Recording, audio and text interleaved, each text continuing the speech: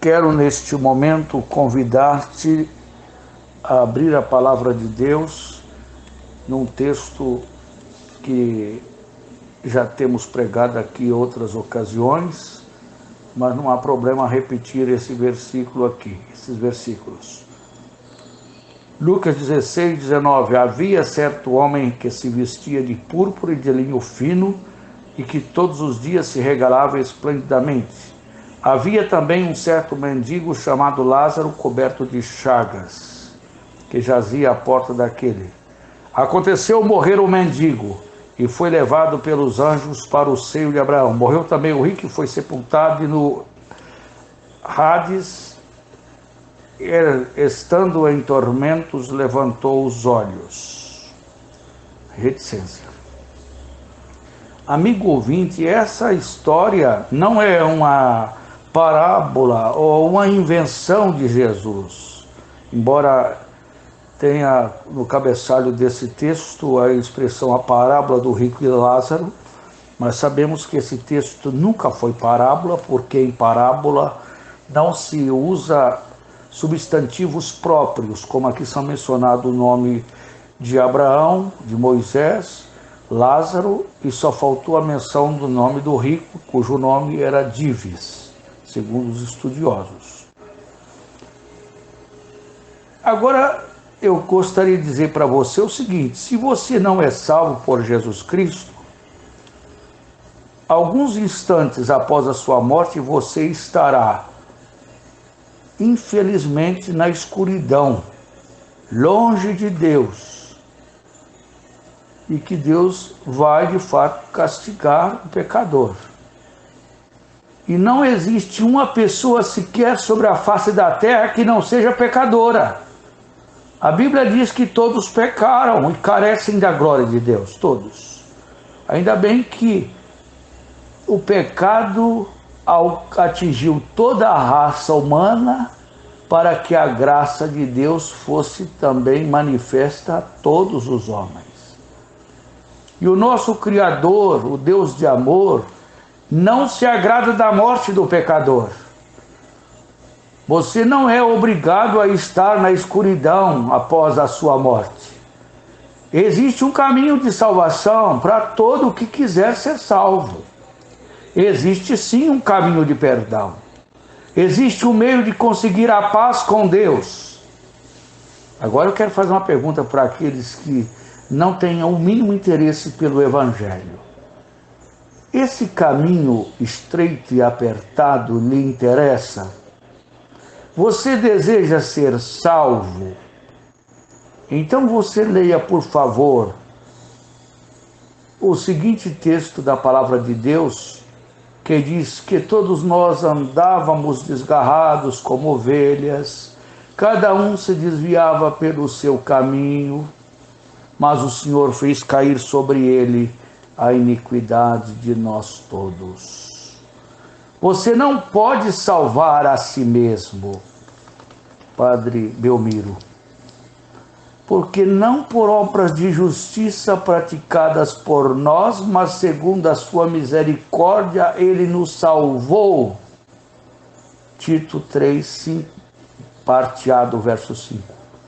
E o texto muito claro da Bíblia é Efésios 2, 8 e 9.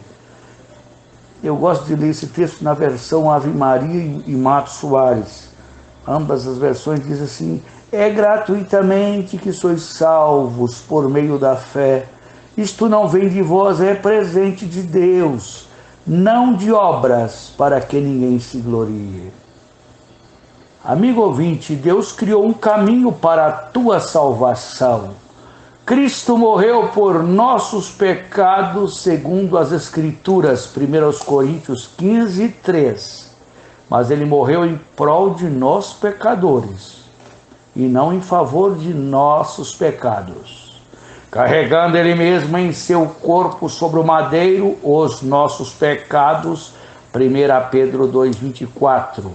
Porque Deus amou a humanidade de tal maneira que deu seu Filho unigênito, para que todo aquele que nele crê não pereça, mas tenha a vida eterna, texto áureo da Bíblia que todo vivente conhece, João 3,16.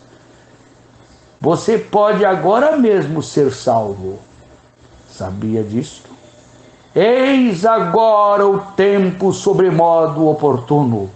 Eis agora o dia da salvação, segundo aos Coríntios 6, verso 2, parte B. O que você tem de fazer? Sabe o que você tem que fazer?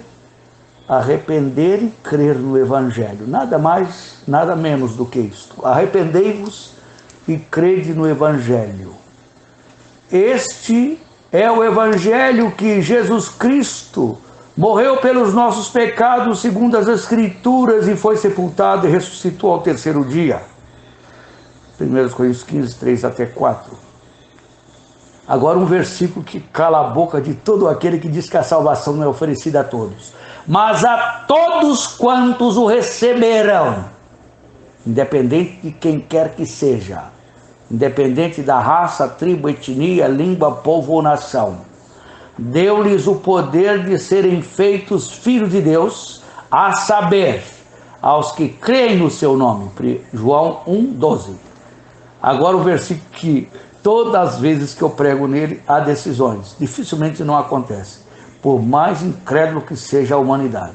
Se com a tua boca confessares a Jesus como Senhor e em teu coração creres que Deus o ressuscitou dentre os mortos, serás salvo, visto que com o coração se crê para a justiça e com a boca se faz a confissão para a salvação, porquanto a Escritura diz que todo aquele que nele crê, eu gosto desse todo da Bíblia, como o ex-padre Aníbal Pereira Reis amava, todo que nele crê não pereça, mas tenha a vida eterna. Amigo, você percebe as verdades benditas que Deus lhe revelou em sua palavra? Você não gostaria agora mesmo de receber a Jesus Cristo como teu Senhor e Salvador? Creia em teu coração que Ele morreu por ti, peça-lhe por sua misericórdia e creia que Ele cumpre aquilo que promete. Ele promete salvá-lo no momento em que você chamar por Ele, porque todo aquele que invocar o nome do Senhor será salvo. Eu faço muito comentário ultimamente no Facebook e tenho mostrado que a mão do Senhor não está encolhida para que não possa salvar. Deus deseja o teu bem. Deus não quer que tu te percas. Vem, ó vem, pecador.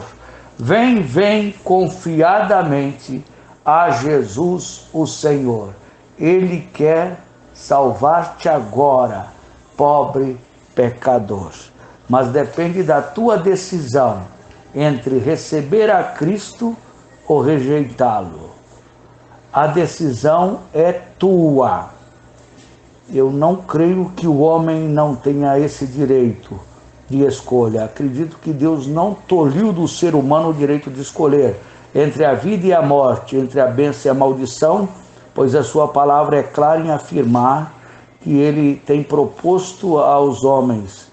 Ele diz assim, e digo, Deuteronômio 30, os céus e a terra tomo hoje por testemunha contra ti, que te tenho proposto a morte e a vida, a bênção e a maldição. Escolhes, pois, a vida para que vivas. Então escolhe a vida, e você será feliz agora e por toda a eternidade. Que Deus te abençoe nessa decisão em receber a Jesus Cristo por teu Senhor e Salvador, e será feliz agora e por toda a eternidade.